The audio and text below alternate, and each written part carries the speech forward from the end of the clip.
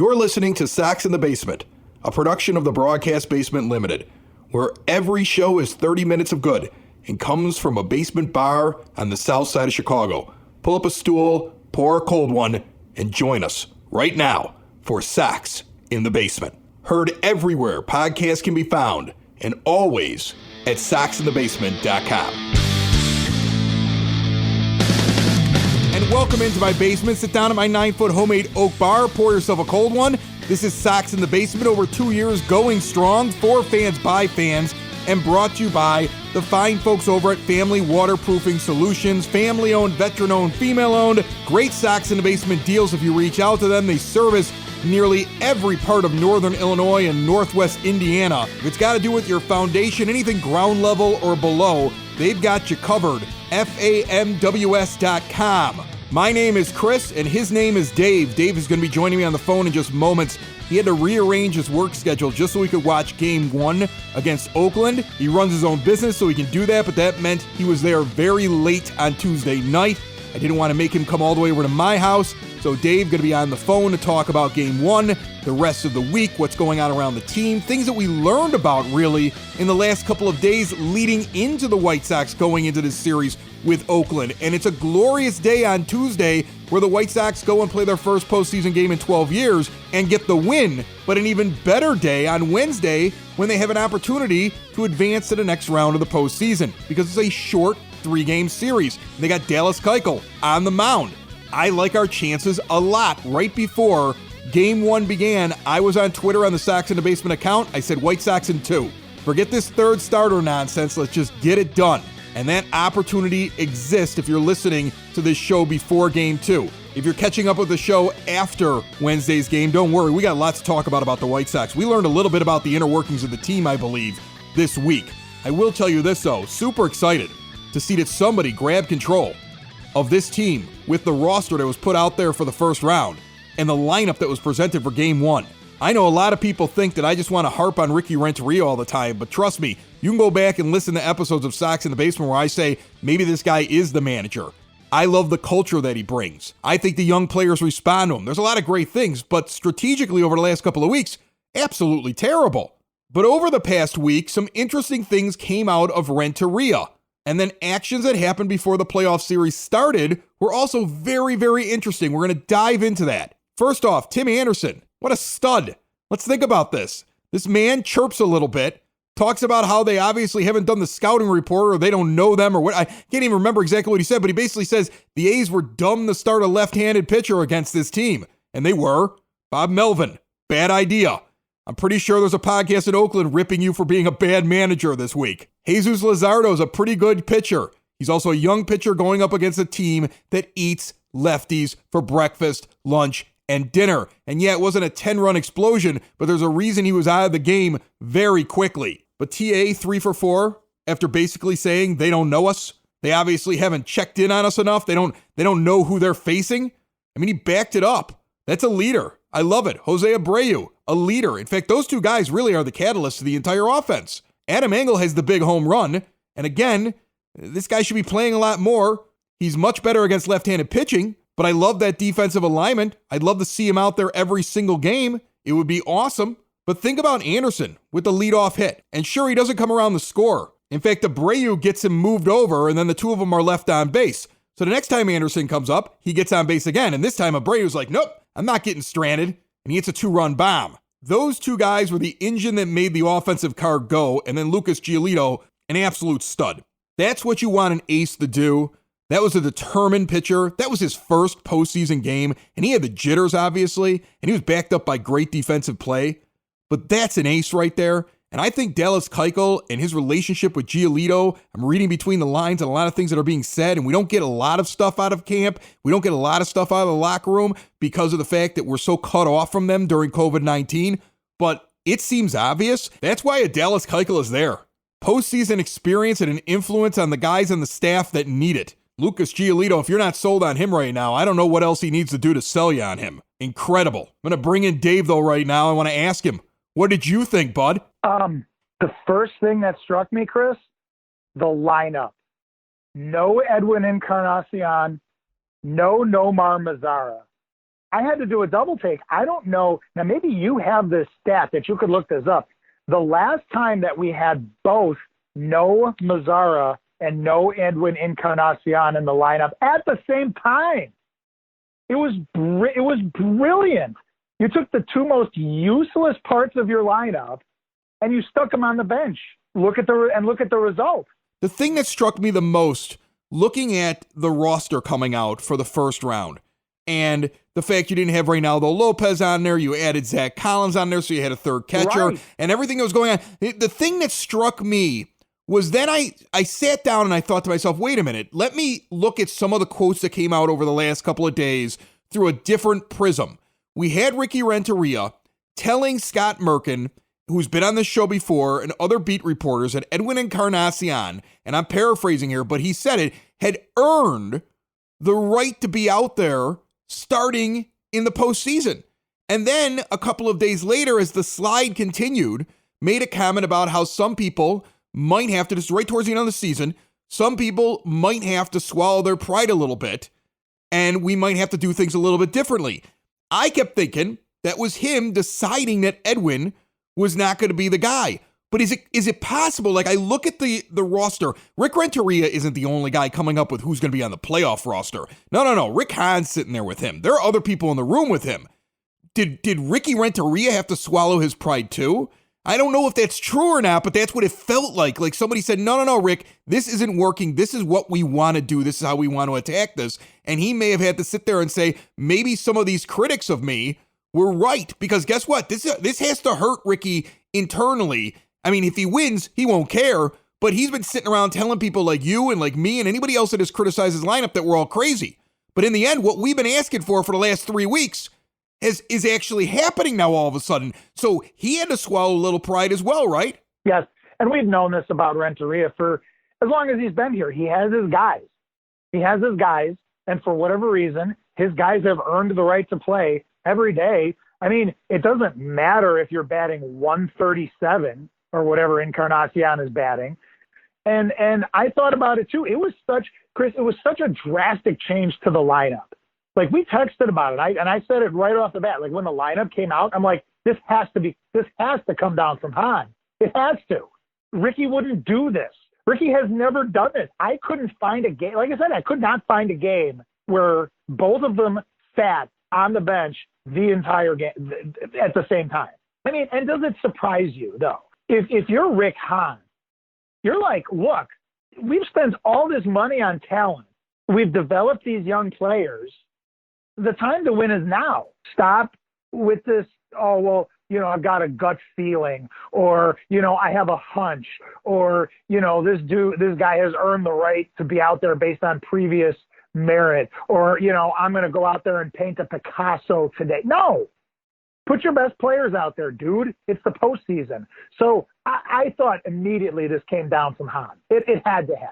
It's obvious to me, and I don't want to spend the entire show talking about Renteria and his lineup, because really the big news is the White Sox went out and won a playoff game.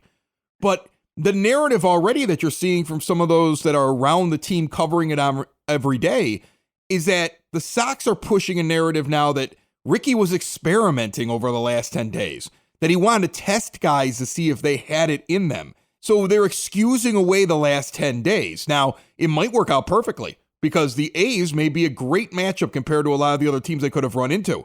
And if that happens, then fine. If that's the reason, fine. But it's kind of funny because that's not what was being portrayed until just right about now. Now, all of a sudden, it was an experiment over the last 10 days. Now, all of a sudden, this was something that was inevitable, that we were going to make these changes in the lineup, the things that we've been yelling about for a couple of weeks, and we're not the only people that have been yelling about it. So I'm glad that they did it. I'm excited. He does make me concerned, though, because he's still going with gut feeling.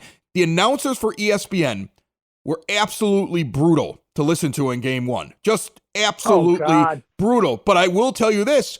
There was an incredible point made by Jessica Mendoza about Ricky Renteria letting Lucas Giolito talk him into staying out there. And it should have been obvious that Giolito should never have started the 8th inning. And then after he walked the guy on 4 straight pitches and Ricky goes out there, the idea he was able to talk him into getting one more pitch off where he gives up a solid base hit to a left-handed batter who had just put one to the wall in his last at-bat against Giolito a few innings earlier.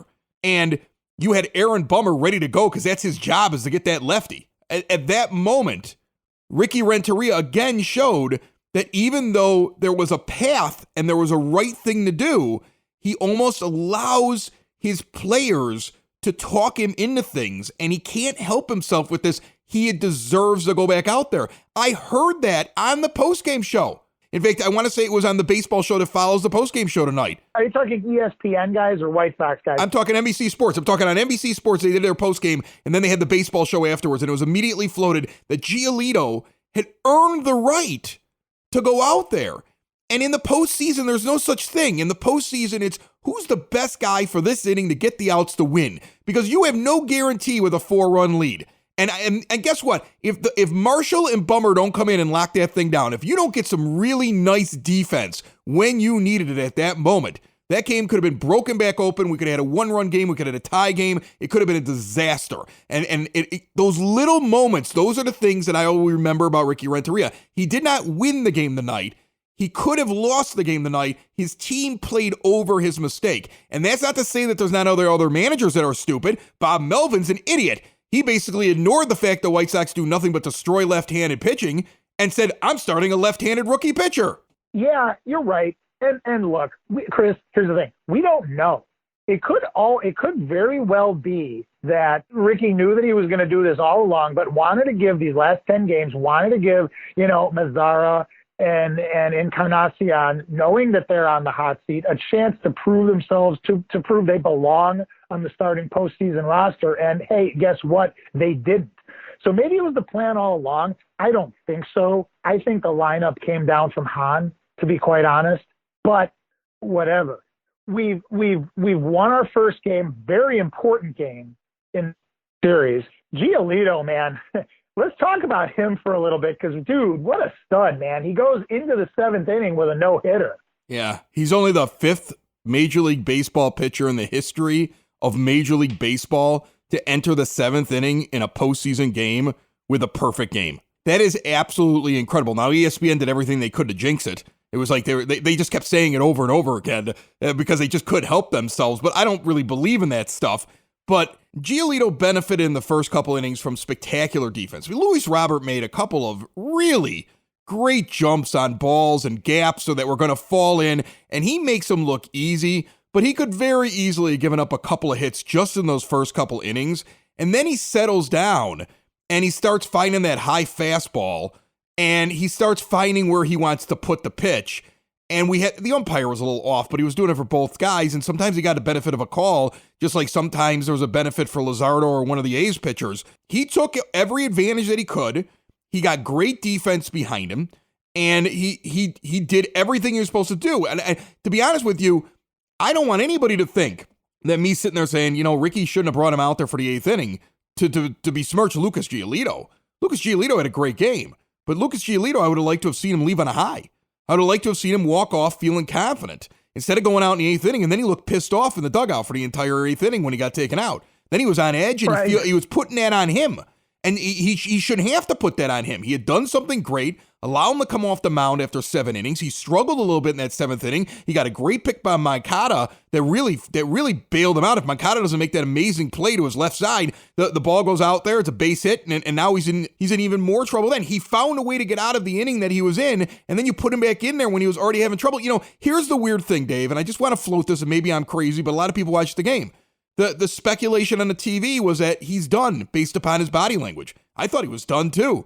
He's laughing, he's joking, he's drinking water, he's goofing around, he doesn't have his hat off anymore. He's not into the game. Grandal hits a home run, and all of a sudden you see him basically getting ready to go out there again. Did Renteria intend in a closer game to take him out, but because he got that extra run, he was like, oh, right, go on out there then? Can you get me one more inning? And it felt like that's what the decision was. And I think once a guy has mentally let go of the game, if that's the case, you don't try to get him to get it back real quick. You should have probably just started with Marshall or Bummer right away in that inning. I mean, it worked out, and we're going to have these weird things throughout the postseason where a move happens that we go, that was probably a dumb move. And sometimes it just works out, okay? Sometimes it doesn't work out. Bob Melvin was also very dumb. Pre-game, with what he did, sending out Luzardo, was not a smart move. And he got creamed for it, and he's probably getting ripped about it in Oakland right now. Sox in the Basement listeners, do the hard work. And if you're a hardworking man or woman on the South Side, you need to be outfitted properly. And that's why you should visit Red Wing Shoes in Evergreen Park, New Lenox, and Geneva. A work boots specialty store that carries sizes from 6 to 16 and feet as wide as 4E. A 115-year-old company that came out of Red Wing, Minnesota. And one of its largest stores in the entire Midwest is in Evergreen Park, Illinois, ever since 1976. When you're on your feet, the footwear is everything. So why not get an expert fitting? They warranty, repair, and offer free conditioning with laces. And they also carry Carhartt work clothing as well. Located at 3347 West 95th Street in Evergreen Park, Illinois, at 208 East Maple Street on Route 30 in New Lenox, or at 1749 South Randall Road in Geneva. Visit them today. You work hard. You've earned it. Red Wing Shoes. We've known what we're getting with the defense in the infield. Moncada, Abreu, Anderson, all solid, and Madrigal is a wizard at second base. So we've known this. The thing that struck me, you put your best defensive outfield out there because Engel is far superior defensively to Nomar Mazara. We know that. Robert is Robert. All right, he's going to run down everything. But putting Leury Garcia in left field, now, albeit because Eloy was injured, but in the Oakland Coliseum outfield, which is a freaking airport, okay, that outfield is huge. I would much rather have Garcia, Robert, and Engel than, Mazara, Robert, and an injured Eloy Jimenez that's basically out there on one foot. Credit whomever sent down the lineup card for today. No, because you're a better defensive team. Not only are you a better offensive team because of the move, but you're a better defensive team as a result of it too. Most White Sox fans at this point, after watching Game 1 and what you said about the Oakland Coliseum, have to think that for the remainder of the series, you wouldn't mind it if Jimenez, because of his foot, was DHing, and you had the best defensive outfield you could possibly put out there. I mean, that's what I would like to see. Right. I would love to see that outfield and Jimenez in the DH spot with Grandal catching, because I think Yasmani's a baller, and I think with his postseason experience, it really is going to come into play. Absolutely. And I'm totally fine with putting Jimenez in the DH spot and playing your best defense and using Mazara as the first left-handed bat off the bench, and having no problem with McCann being the first right-handed bat off the bench. And if you find a moment, Ricky, where you think Edwin's got that guy's number, fine. I'm going to defer to the manager as long as he's coming off the bench. But I'd be totally okay with that. I don't know what they're going to do. I'm going to tell you something else, though. I was in love with the 28-man roster for the playoffs because you brought up the third catcher in Zach Collins. And you also were able to, because it's 28 men, to get rid of some of these pitchers that you had been kind of like rotating through. You don't see Jose Ruiz out there. You don't have Reynaldo Lopez sitting out there. No, you've got a bullpen that includes Bummer and Fry and Garrett Crochet, and Rodon is really there, I would say, for long relief. He should never come in the middle of an inning. That's what I was going to say. When I saw Rodon out there, I'm sitting there going, okay, this makes the bullpen better because, you're not going to start him. Yeah, Game 3 could be a combination of Dunning and Cease and Rodon. And you could you could do a million different combinations here. You might not see any of them, but it gives you far more options. And Colome is out there to close, but Foster and Hoyer and Marshall, and then, Jimmy Cordero does have some things that he's good for if he's not put into every certain high leverage situations he shouldn't be there, but he wasn't going to sniff that game. You know what? Here's the thing. Game 1, the lineup was done exactly, or not exactly, but close enough that it was to the logic of what we've been saying now for over a month.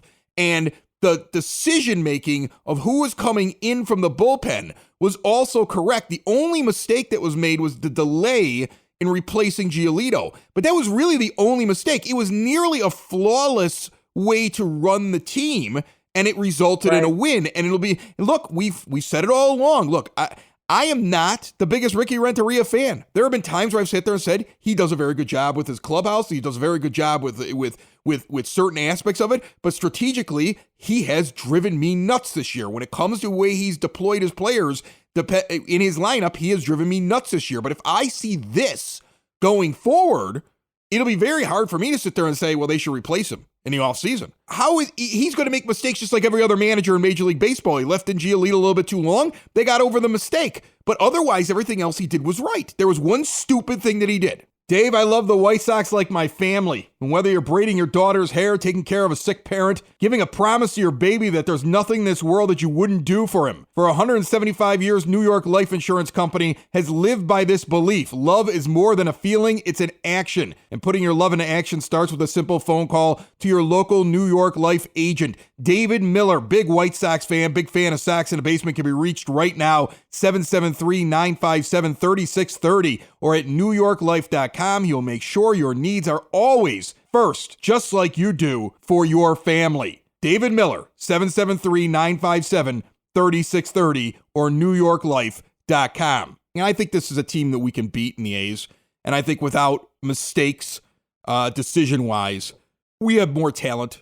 I honestly believe what I said in the tweet that I put out before Game 1. The White Sox should win the first 2 games of this series, and who cares about the Game 3 starter?